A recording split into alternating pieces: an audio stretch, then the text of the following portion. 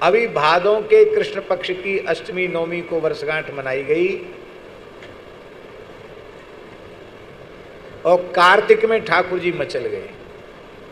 तो भादो, कुआर, कार्तिक, पूरा 3 महीना नहीं, मुश्किल से 2.5 महीना हुआ। 5 वर्ष और 2.5 महीने के हैं ठाकुर जी, और सवेरे सवेरे रोएवे लग गए। इतने रोए कि मैया यशोदा रोहिणी व्याकुल है गई, बाबा व्याकुल हो गए। पूरे नंद महल में हाहाकार मच गया। कहा है गो भैया, कन्हैया को रोए वो ही बंद नहीं है रहे हो है। मैया बाबा बोले, खाली रोवे ही करेगो कि अपने मन की बात कछु बतावेगो कि नहीं? अरे अपने मन की बात बतावे तब तो वाको समाधान हम कर सकें, और खाली रोए ही चले जा रहे हो है। अरे कछु मन की बात, काय के ताई रो रहे हो? कहाँ चाहिए तो है, काय बात के ताई रो रहे हो है? ठाकुर जी और जोर जोर से रोए लगे। हिचकी बन गई ठाकुर जी की, छोटे बच्चों की हिचकी बन जाती है रोते रोते, ऐसे ऐसे करते हिचकी बन गई और बोले, बाबा अब मैं सयानो है गयो हूं, बछड़ा चराएवे में हमें लाज आवे,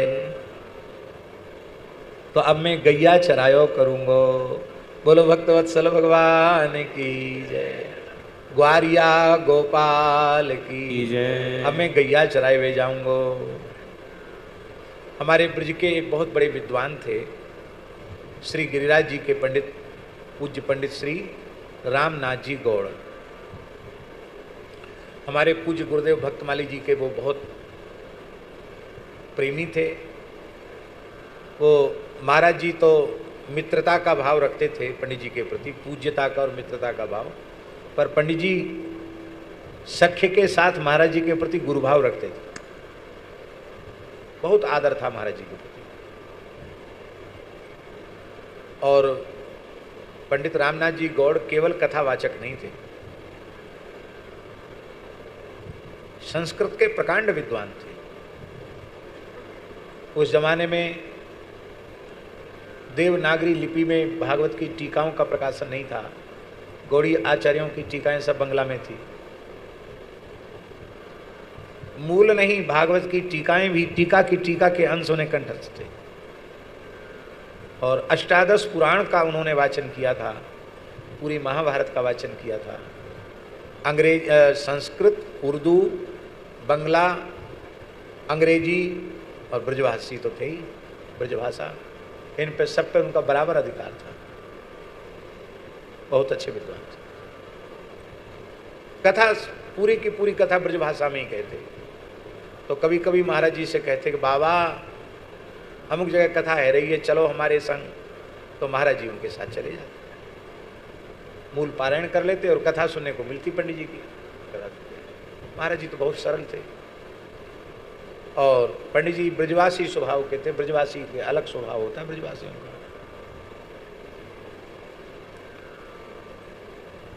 विनोदी स्वभाव के थे।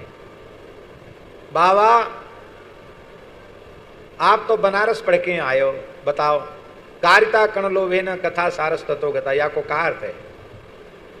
तो महाराज जी ने कहा, सीधा साधा अर्थ है पंडित जी कि कणमात्र लोभ के लिए भी कथा नहीं कहनी चाहिए। अरे ना, ये अर्थ ना है। कहाँ पढ़ो तू बनारस में? या को अर्थ है जहाँ थोड़ी दक्षिणा हो वहाँ कथा बाँचवे नहीं जानो। हाँ, कारिता कण लोभेन, कण माने कम लोभ, अच्छी दक्षिणा होए, बढ़िया जजमान होए, वहाँ जाओ कथा बाँचो। नहीं वृंदावन काय को छोड़ो, गिरिराज जी को पीठ काय को दिखाओ। हाँ, बढ़िया सत्कार होए, ब्राह्मणन को अच्छो सत्कार हो, मोटो लिफाफा मिले, वहाँ जाओ। तो ऐसे वो विनोदी थे। तो महाराज जी कहते थे कि इस प्रकरण में पंडित जी कहते थे, जब ठाकुर जी ने कहा कि बाबा अब मैं सयानो है गयो हूँ, मोए बछड़ा चरावे में लाज आवे, अब मैं गैया चराऊंगो। तो ये बात सुन के बाबा बड़ी जोरते हंसे। ये पंडित रामनाथ जी गौड़ का भाव, बड़ी जोरते हंसे। अरे बोले, अरे यही बात के ताई रो रहे हो धारी के? अरे ग्वारिया को छोरा का कलेक्टर बनेगो, गैया ही चरावे और कहा करेगो, ऐसे बोलते। ग्वारिया को बालक ग्वारिया बनेगो का कलेक्टर बनेगो। देख लाला, हम गोप हैं, हमारो धन गोधन है, हमारी आराध्या उपास्या गो माता और उनका पवित्र वंश है। ब्रजराज हैं नंद बाबा, फिर भी गैया चराते हैं। तो गैया चराना हमारी साधना है, हमारा धर्म है। लेकिन अवई लाला तू छोटो सो है, और गैयान को घेरवे में बड़ो श्रम करनो पड़े। मैं मने ना कर नेक और बड़ो है जा, कम से कम 15-16 बरस को है जाए तब चढ़ा गैया, मने थोड़ी है। ठाकुर जी धरती पे लौट गए, नाय बाबा में अबई आज ही गैया चराए वे जाऊंगा। बाबा बोले, अरे बाबरे काय को रो रहे हो है? देख लाला, एक बात तू ध्यान दे के सुन ले, हम भले ही ग्वारिया हैं पर सनातन धर्म की नियमावली को बड़ी निष्ठा से पालन करें, सब कार्य मुहूर्त से करें। हमारे कुलगुरु सांडिली जी आवेंगे, पत्रा देखेंगे, मुहूर्त शोधन करेंगे, और जब मुहूर्त शोधन करेंगे तब तो गौ पूजन पूर्वक गैया गोचारण करियो। ठाकुर जी बोले, पुरोहित जी को बुलाओ, अवई पत्रा दिखाओ। अरे भाई तो बहुत जिद्दी है। ठाकुर जी रो रहे हैं, तब तक बिना बुलाए सांडिली जी आ गए। आओ आओ गुरु जी, आओ गुरु जी, आओ पुरोहित जी विराजो। अरे लाला कैसे रो रहे हो? कहा बतावें गुरु जी, सवेरे ते एकदम सबरी आंख लाल कर लीनी है, रोमते रोमते ये हट पर रहो है कि मैं अब बड़ो है गयो हूँ, अब मैं बछड़ा नहीं चराऊंगा, मैं गैया चराऊंगा।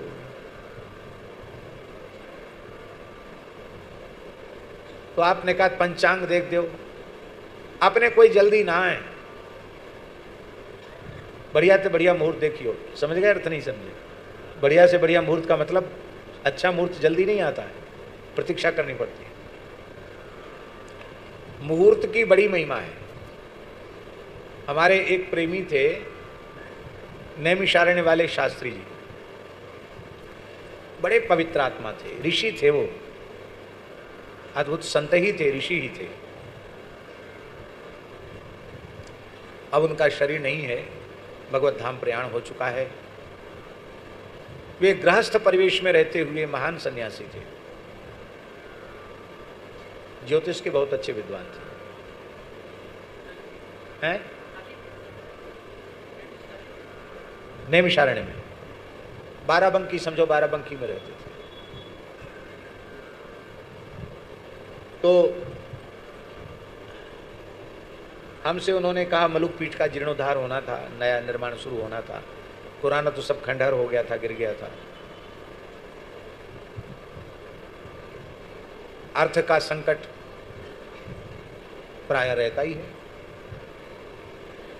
तो उस समय कुछ ऋण भार भी सिर पर था, और एक महात्मा थे, वो इंजीनियरिंग वाला काम जानते थे, उन्होंने नक्शा बनाया था, तुलसीदास जी नाम था उनका, छावनी वाले महाराज जी के शिष्य थे, इंजीनियरिंग करके तब साधु बने थे। वो इंजीनियर थे, अच्छे इंजीनियर थे।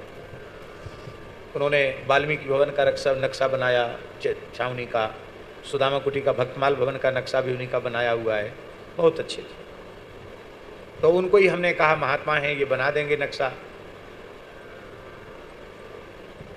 तो महाराज जी उन्होंने नक्शा तो बना दिया, नाप तोल करके।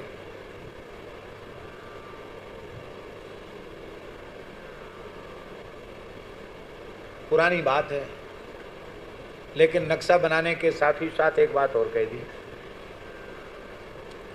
ये बात 2003 की है। क्या आप महात्मा हो? महात्मा लोगों के काम ऐसे ही होते हैं, उन पर हम भरोसा नहीं करते हैं। इतना तो सामान लाकर रख दो, इतना सरिया, इतना गिट्टी और इतना सीमेंट, इतना बजर फुट, ये तो सामान चाहिए, और सामान के अलावा 10 लाख रुपए हमारे पास जमा कर दो, जिसमें हमें किसी को कुछ पेमेंट करना हो तो हमको आपको परेशान न करना पड़े, और हम पूरा हिसाब लिख के देंगे आपको। हमने कहा आपका अविश्वास नहीं है, लेकिन हम इतना कहाँ से लाएंगे? बोले नहीं लाएंगे तो काम नहीं होगा। तो हम ठंडे पड़ गए। हमने कहा चलो एक कहावत है ना कि ना इतना होगा ना इतना होगा, ना नॉर्मल तेल हुई है, और आगे की बात हम बोलेंगे नहीं।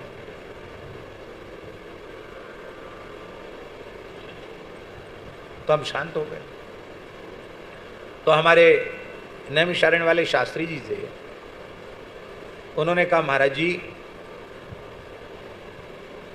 मैंने जो मुहूर्त शोधन किया है वो सर्वोत्तम मुहूर्त है। आप भले ही मंदिर मत बनाओ, क्योंकि उसमें बहुत पैसा लग रहा है, सत्संग भवन मंदिर वगैरह बनाने में। एक कक्ष ही बनाना शुरू कर दो, गौशाला ही बनाना शुरू कर दो, पर भले ही कर्ज है, पर इस मुहूर्त में आप काम शुरू कर दो। मेरी प्रार्थना है आप काम शुरू कर दो। तो मैंने कहा ठीक है, कर देते हैं शुरू। तो सबसे पहले पूज्य गुरुदेव के लिए कुटिया बनवानी थी, भक्तमाली जी के लिए। तो हमने कहा गुरुदेव से ही काम, उनके निमित्त ही श्री गणेश करें। तो महाराज जी को ही भूमि पूजन के लिए सुदामा कुटी से बुलवाया, और एक दो कमरे की नींव खुद गई कि नीचे गौशाला बन जाएगी, ऊपर महाराज जी रह जाए, और शिलान्यास हो गया। बहुत किसी को बुलाया नहीं, सामान्य रीति से नैमिषारण्य वाले शास्त्री जी थे, उन्होंने कर्मकांड की विधि भी संपादित कर दी और हो गया। होने के बाद हमसे बोले, जब तक जीवित रहोगे धरती पर तब तक कन्नी बंद नहीं होगी। जब तक धरती पर जीवित रहोगे तब तक कन्नी बंद नहीं होगी। एक जगह नहीं, 20 जगह काम चलेंगे। और व्यवस्था कैसे जुट रही है इसमें आप अपना दिमाग मत लगाना, क्योंकि ठाकुर जी ने इतना सुंदर मुहूर्त निकाला है। और बिल्कुल बात आपको सच्ची कहें शास्त्री जी, ज्योतिष का चमत्कार के सामर्थ्य न होने पर भी मलुक पीठ में काम चला, गौशाला का काम, सूर्य श्याम में काम, जड़खोर में तो इतना बड़ा काम है कि वहाँ कोई ना कोई काम होता ही रहता है। कितने पुराने स्थानों का जीर्णोद्धार, कितने नवीन मंदिरों का निर्माण, और अभी भी 10-20 जगह काम चल रहा है। रेवासा में तो इतना बड़ा काम है, बाउंड्री बनाने का काम रेवासा में शुरू किया, अभी पूरा स्थान बाउंड्री के भीतर नहीं आया, गौशाला बाहर छूट गई। 1.5 किलोमीटर की बाउंड्री है आश्रम की। बाउंड्री बनाने में 2 करोड़ का खर्च हुआ, अभी बाउंड्री पूरी नहीं हुई, मतलब और ऊंचे ले जाना उसको, वो काम चल रहे हैं। अब स्थान का जीर्णोद्धार कम से कम 550-600 वर्ष पुराना भवन है। स्थान इतना बड़ा है, 11 चौक हैं, 7 कुआं हैं, 1 बावड़ी है, 1.5 मीटर चौड़ी दीवारें हैं। अब वैसा मजबूत द्वारा तो बन नहीं सकता है। अब जहाँ जहाँ से कुछ टूट फूट हो रही है, कहीं चूना अपनी पकड़ खो रहा है, तो उसको उचेल करके फिर उसको ठीक किया जा रहा है। उस मरम्मत में भी उस स्थान के जीर्णोद्धार में, नवीनीकरण में कई करोड़ रुपए खर्च होगा। हम समझते हैं 10-15 करोड़ रुपए खर्च होगा, तब स्थान का जीर्णोद्धार होगा। नया नहीं बनेगा कुछ भी, जीर्णोद्धार होगा। अभी इस बीच में वेद विद्यालय का भी नया भवन बन गया। कहने का आशय हमारा ये है, अभी उत्तरकाशी में वहाँ शिलान्यास हो गया, अभी काम शुरू नहीं हुआ है, फिर भी कुछ ना कुछ तो वहाँ चलता ही रहता है। वहाँ काम शुरू होगा तो वहाँ बहुत बड़ा काम है। वह भगवत संकल्प से एक ऐसा धाम बनेगा उत्तराखंड का कि जो गंगोत्री धाम जाएगा वो श्री लक्ष्मी नृसिंह पंचायतन धाम का दर्शन किए बिना नहीं जाएगा।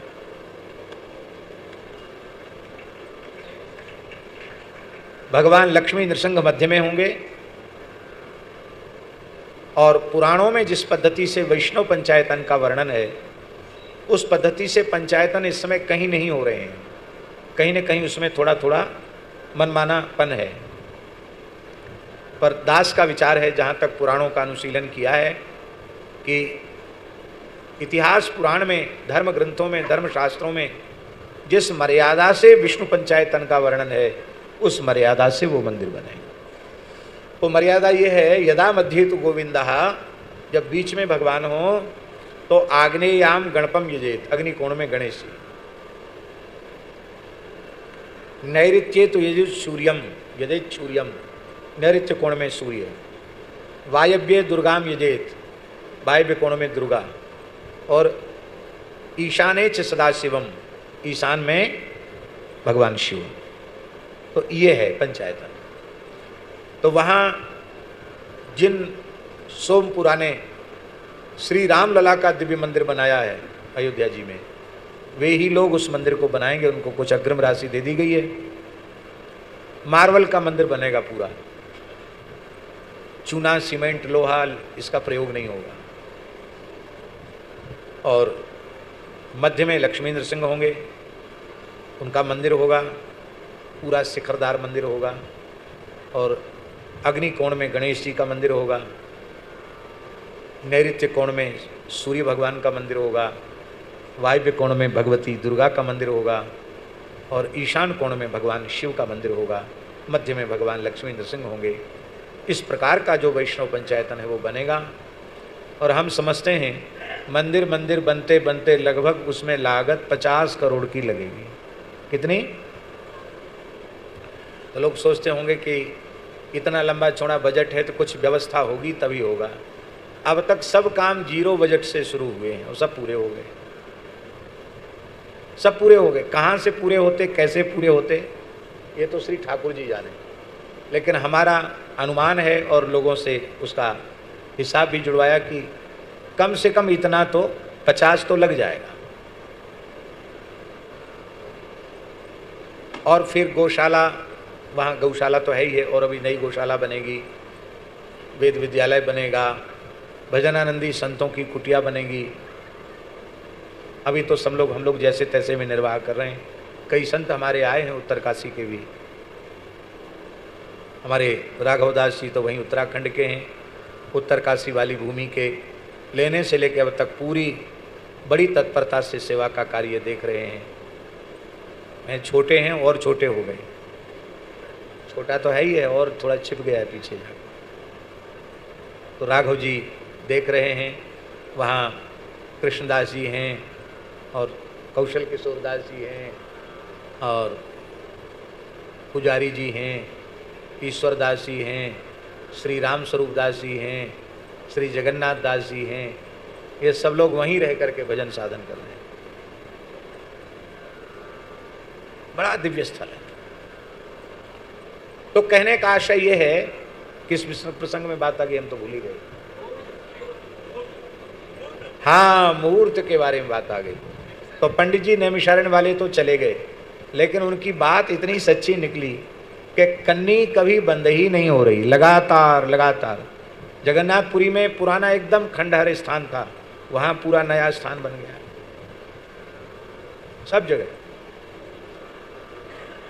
और अभी जगन्नाथपुरी में गौशाला और बनी है, क्योंकि सब जगह ठाकुर जी गोवर्ती हैं। वहाँ बड़ी समस्या आ रही है श्री मलुक जगन्नाथ जी के राग भोग सेवा में, संतों के सत्कार में, क्योंकि वहाँ देशी गाय का दर्शन और दूध दोनों ही दुर्लभ हैं।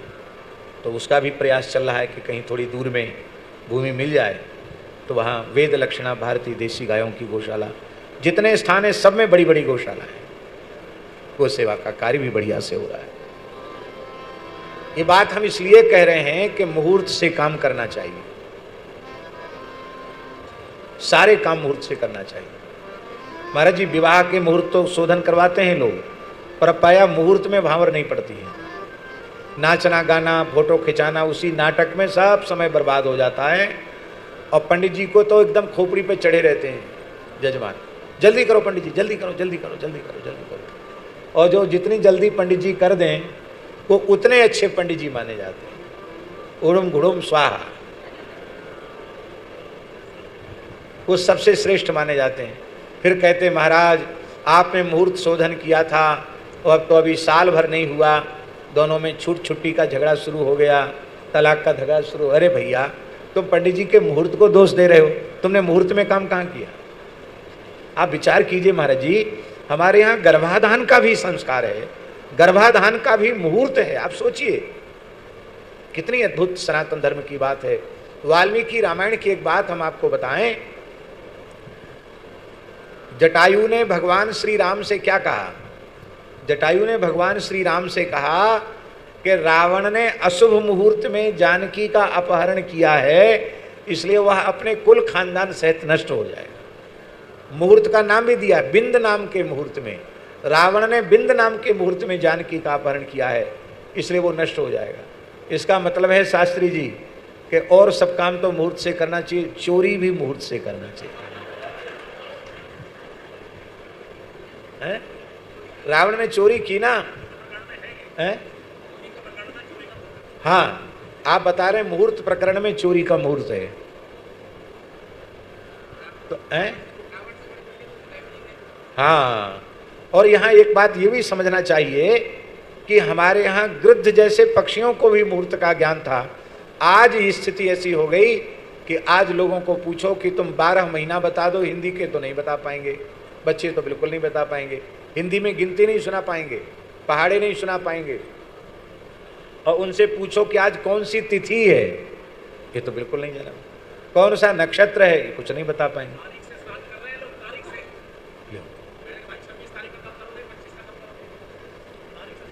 तारीख से श्राद्ध कर रहे हैं लोग, पंडित जी बता रहे हैं, हाथरस वाले पंडित जी।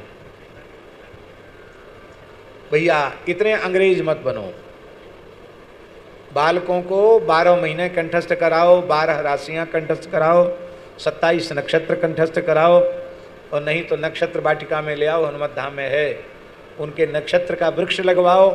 ज्यों ज्यों वृक्ष बढ़ेगा त्यों त्यों आपका जगत में प्रकाश होगा। वृक्ष लगाने से भी भाग्य जागृत होता है। बोलो भक्तवत्सल भगवान की जय। तो अच्छे मुहूर्त जल्दी नहीं आते हैं। बाबा सोच रहे थे कि साल 2 साल पीछे का मुहूर्त तो कम से कम पंडित जी बताएंगे ही, पर शांडिल्य महर्षि ने पत्रा हाथ में लिया और थोड़ा उंगलियों पे कुछ गिनती किया, कुछ मुंह से बोला। वो सब नाटक करना पड़ता है, नहीं यजमान को संतोष नहीं होगा। वो सब किया और बोले, अरे बाबा आप तो बड़े ही भाग्यशाली हो, आपको लाला तो मुहूर्त देख के ही रोयो है। हाँ, गौचारण को आज सर्वोत्तम मुहूर्त है। आज कार्तिक सुदी अष्टमी है, यासों बढ़के गैया चराएवे को दूसरों कोई मुहूर्त नहीं है।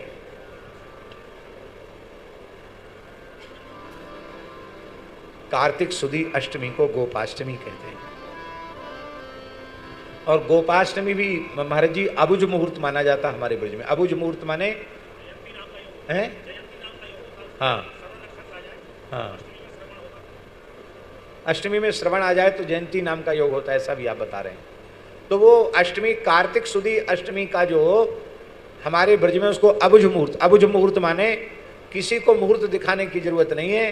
कार्तिक सुदी अष्टमी गोपाष्टमी से गैया का पूजन करके कोई भी काम शुरू कर दो, वो निर्विघ्न संपन्न होता है। बाबा हंसवे लग गए, बोले कन्हैया मुहूर्त ते रोयो और आप मुहूर्त ते पधारे। हमें तो ऐसा लगे कि कन्हैया को और आपको पहले से ही कछू समझौता है क्या? कोई बात ना है तो भैया पूजन कराओ। पूजन की सामग्री आ गई। बालकृष्ण प्रभु आहा गोवंश का बड़ी श्रद्धा से पूजन कर रहे हैं। ब्राह्मण ब्रजवासी मंत्रोच्चार कर रहे हैं। हम लोग भी कम से कम गायों को प्रणाम कर लें। सेज पर बिछी भई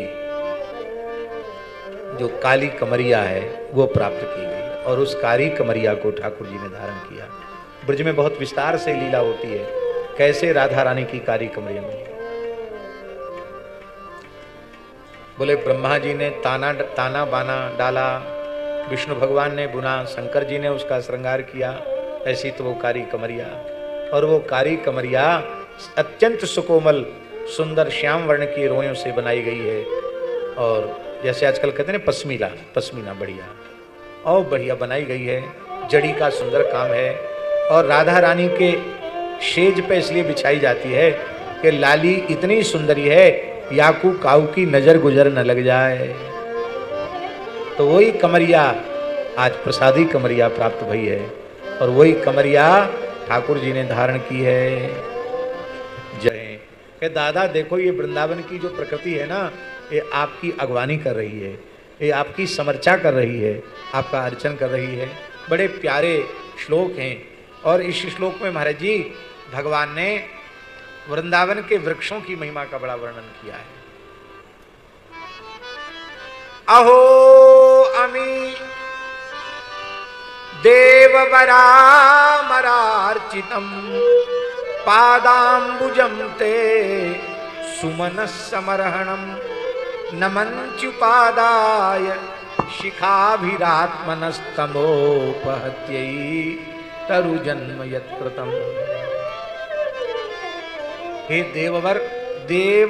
देववरामरार्चितम, हे दाऊ जी, ये वृंदावन के वृक्ष लता पता आपका अर्चन करें, पूजन करें, इतना ही नहीं, इसमें क्या असर है।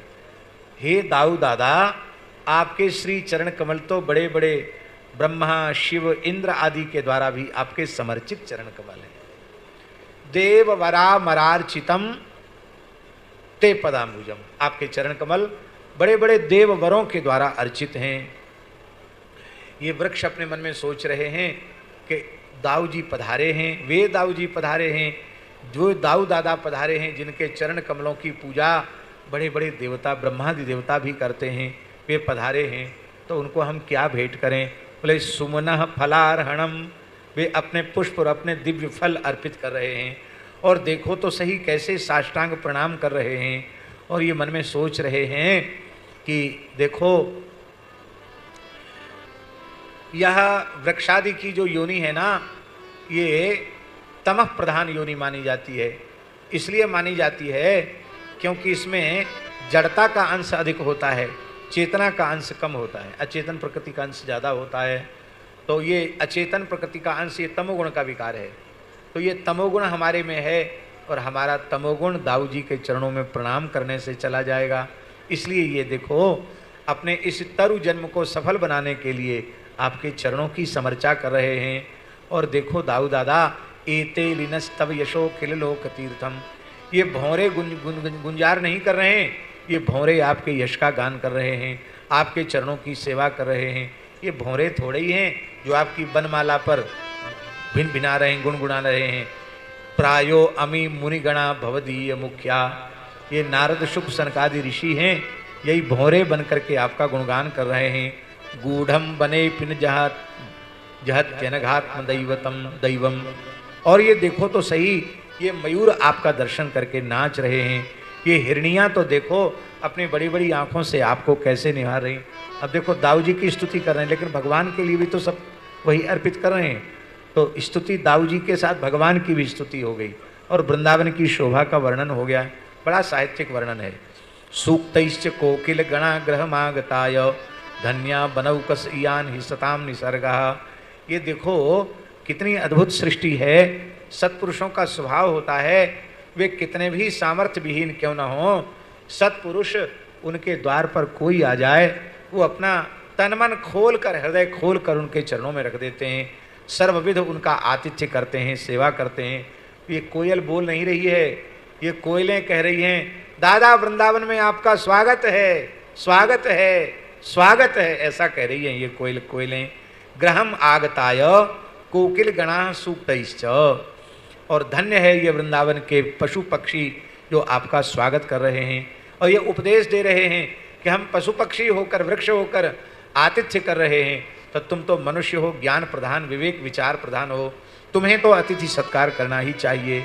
हे दाऊ दादा, कहाँ तक करें। ये धरणी धन्य है, इसके वृक्ष धन्य हैं, क्योंकि आपके चरण कमलों का इन्हें स्पर्श प्राप्त हो रहा है। धन्ये य मध्य धरणी तृण वीरुधस्वत पादस्प्रसोद्रमुलता करजाभिमृष्टा। ये लताएं भी धन्य है, क्योंकि आप आच्छादित लताओं को अपने हाथ से हटाते हैं तो आपके कर कमल का स्पर्श उन्हें प्राप्त हो रहा है। ये नदियां धन्य हैं, ये पर्वत धन्य हैं, ये खगमृग धन्य हैं, क्योंकि आप दया भरी करुणा भरी दृष्टि से इनकी ओर देख रहे हैं। गोप्योन्तरेण भुजयोरपियत स्पृहा श्री। आपके वक्षस्थल का आलिंगन करने के लिए तो बड़े बड़े देवता, बड़ी बड़ी देवांगनाएं लालायित हो जाती, लक्ष्मी लालायित हो जाती हैं। आज ये लताएं आपका स्मरण, आपका स्पर्श करके धन्यात धन्य हो रही हैं।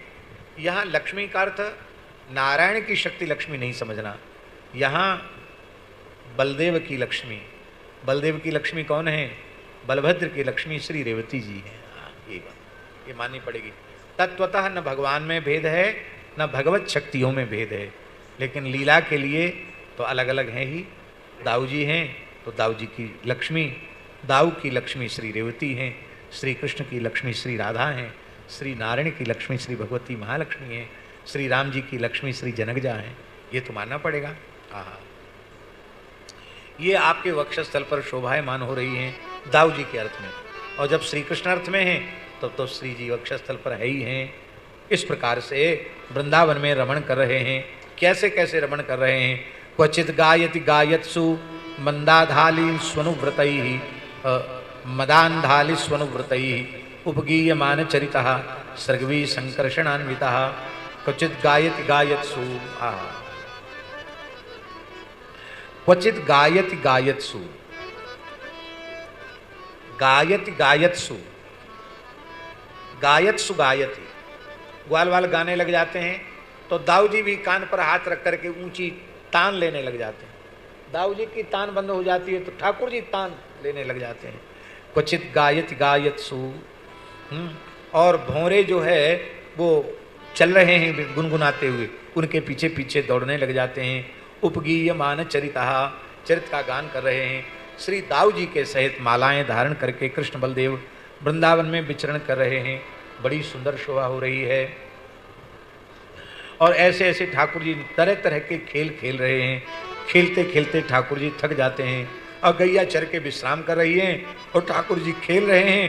खेलते खेलते थक जाते हैं तो ठाकुर जी लेट जाते हैं, पौड़ जाते हैं। और जब पौड़ जाते हैं तो कैसी सुंदर झांकी होती, बड़ी प्यारी झांकी का वर्णन है। पाद संवाहनन चक्रु केचित् तस्य महात्मनः अपरे हत पाप मानो व्यजनई समविजयन। भगवान श्री कृष्ण बलदेव पौड़ जाते हैं। कोई ग्वाल बाल उनके चरण दबाते हैं और कोई पंखा ढलते हैं। पंखा लेके गए थे क्या? पंखा नहीं, वहीं से पत्तों का और ताड़ आदि को लेकर के उन्हीं को सुंदर पंखा बना लेते हैं। पंखा से व्यजन ढुराने लग जाते हैं। और कुछ कुछ अन्ये तदन रूपाणी मनोज्ञानी महात्मनः गायन्ति। अब कुछ ग्वाल बाल भगवान पौड़े हैं, कुछ चरण दबा रहे हैं। एक ग्वाल लेट गया है, उसका पेट ही ठाकुर जी की तकिया बन गया है।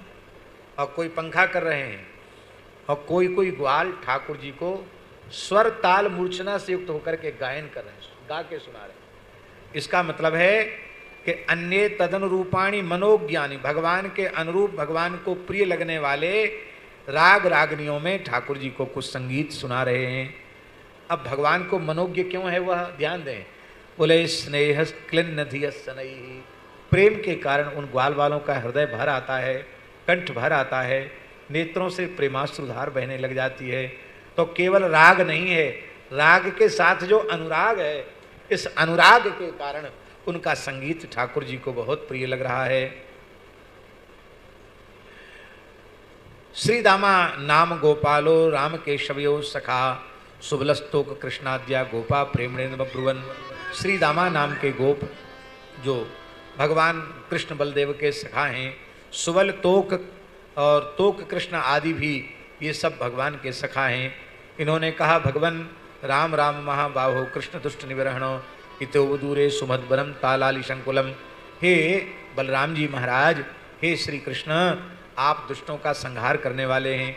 यहाँ से निकट ही ताल वन है और ताल के फल पक गए हैं, उनकी मीठी मीठी सुगंध हमको आ रही है। और भगवान बड़ी इच्छा हो रही, ताल फल खाने की इच्छा हो रही है। भगवान ने कहा खाओ, क्या बाधा है? अरे बोले महाराज बाधा है। क्या बाधा है? फलानि तत्र भूरिणी पतंति पतितानि च, पक पक करके फल नीचे गिर जाते हैं, फिर भी कोई गिरे हुए फल भी उठाकर नहीं खा सकता, क्योंकि इसकी संति किंत्वरुद्धानी धेनुकेन दुरात्मना। दुष्ट जो धेनुकासुर है उसके भय के कारण कोई फल को नहीं खा सकता। वो गधे के रूप से रहता है और सैकड़ों गधे उसकी सेना में रहते हैं। वो भी सब राक्षसी हैं, सब गधे, ये सब गधे राक्षस गधे का रूप धारण करके रहते हैं। महाराज इस वन में पशु भी प्रवेश नहीं करते हैं। पक्षी संघैर विवर्जितम, इन दुष्टों के भय के कारण पक्षी भी इस वन में प्रवेश नहीं करते हैं और यहाँ के फल किसी के काम में नहीं आते, बस दुष्ट कंस के जो सेवक हैं उन्हीं के काम में आते हैं।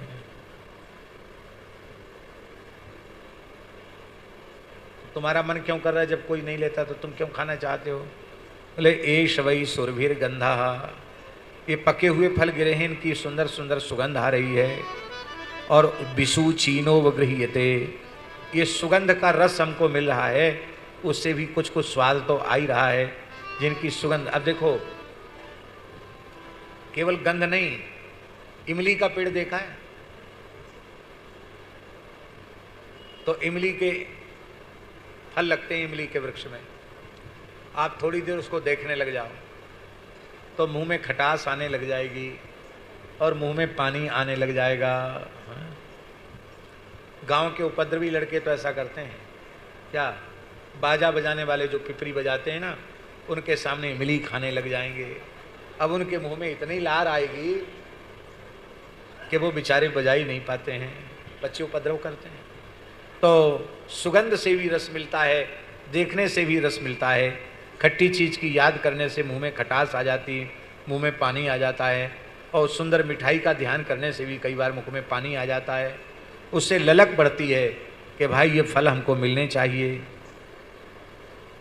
वांछास्ति महती रामो गम्यताम यदि रोचते, हमारी प्रबल इच्छा जरूर है, लेकिन यदि आपको अच्छा लगता हो तो आप चलिए, नहीं तो आप मना कर दो, हम अपना मन वहाँ से हटा लेंगे। इससे शास्त्री जी एक शिक्षा लेनी है कि समर्पण सखाओं के जैसा भगवान के प्रति होना चाहिए। हमारा मन कुछ देखने का, कुछ सूंघने का, कुछ भोगने का करता है, लेकिन हम उन महापुरुष से निश्चल निष्कपट भाव से कर दें कि हमारा मन तो ये खाने पीने भोगने का हो रहा है, लेकिन यदि आपको रुचिकर लगता हो तो ही हम इसको लेना चाहते हैं। यदि आपकी प्रसन्नता नहीं है तो चाहे जितनी बढ़िया वस्तु हमको नहीं चाहिए। अपने से बड़ों की प्रसन्नता का ध्यान रखना सबसे बड़ी साधना है। अपने गुरुजनों की, अपने ज्येष्ठ श्रेष्ठ पुरुषों की प्रसन्नता का ध्यान कर लेना। बस वे जिसमें प्रसन्न हो वैसा करने लग जाओ, उतने से ही आपका परमार्थ का पथ प्रकाशित हो जाएगा।